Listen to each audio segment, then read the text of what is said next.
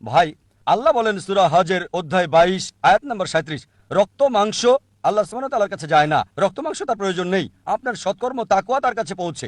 তাই আমরা প্রাণী জবাই করি রক্ত মাংসের জন্য নয়, আল্লাহর উদ্দেশ্যে। অন্যান্য ধর্মেও এমনই হয়, অন্য ধর্মে ছাগল জবাই করে ঈশ্বরের জন্য আর মূর্তির সামনে রাখা হয়।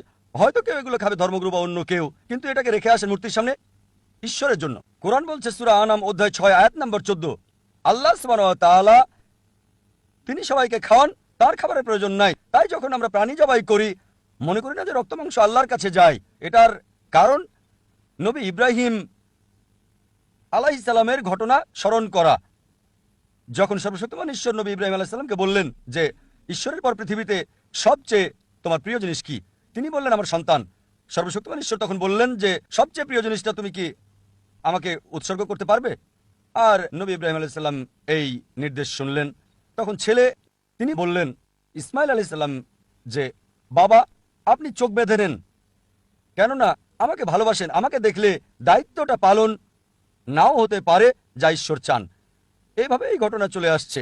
যখন তিনি সন্তানকে জবাই করতে গেলেন, সন্তানের স্থলে একটি ভেড়া দেওয়া হলো, একটা ছাগল দেওয়া হলো। সেটাকে স্মরণ করতেই আমরা বকরিদ উদযাপন করে থাকি। যখন আমরা প্রাণী জবাই করি, তখন এটা দিয়ে পৃথিবীকে জানাই মানুষের উৎসর্গ সর্বশক্তিমান ঈশ্বরের দরকার নাই। তিনি নবী ইব্রাহিম আলাইহিস সালামকে পরীক্ষা করছিলেন। এমন না যে নবী ইব্রাহিম পাশ করবে না ফেল করবে, তিনি জানতেন না। তিনি ভালোভাবে এটা জানতেন যে আমার নবী ইব্রাহিম পরীক্ষায় পাশ করতে পারবে। এটা আমাদের স্মরণ করিয়ে দেয় মানুষ উৎসর্গ করা নিষিদ্ধ। এমনকি এখনো, বিশেষ করে আমাদের এই দেশে ইন্ডিয়াতে, প্রতিদিন মানুষকে উৎসর্গ করা হচ্ছে ঈশ্বরের নামে, যা একেবারে নিষিদ্ধ।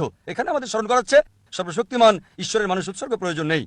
আবার আমরা যখন পশু জবাই করি, মনে করি না যে রক্ত মাংস সর্বশক্তিমান ঈশ্বরের কাছে যায়।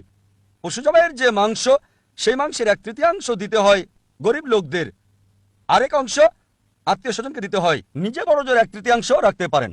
এখানে আবার ভাগ করছি, যদি চান পুরোটাই গরিবদের দিতে পারেন, তবে কমপক্ষে 1/3 আত্মীয় স্বজনদের, 1/3 নিজের জন্য।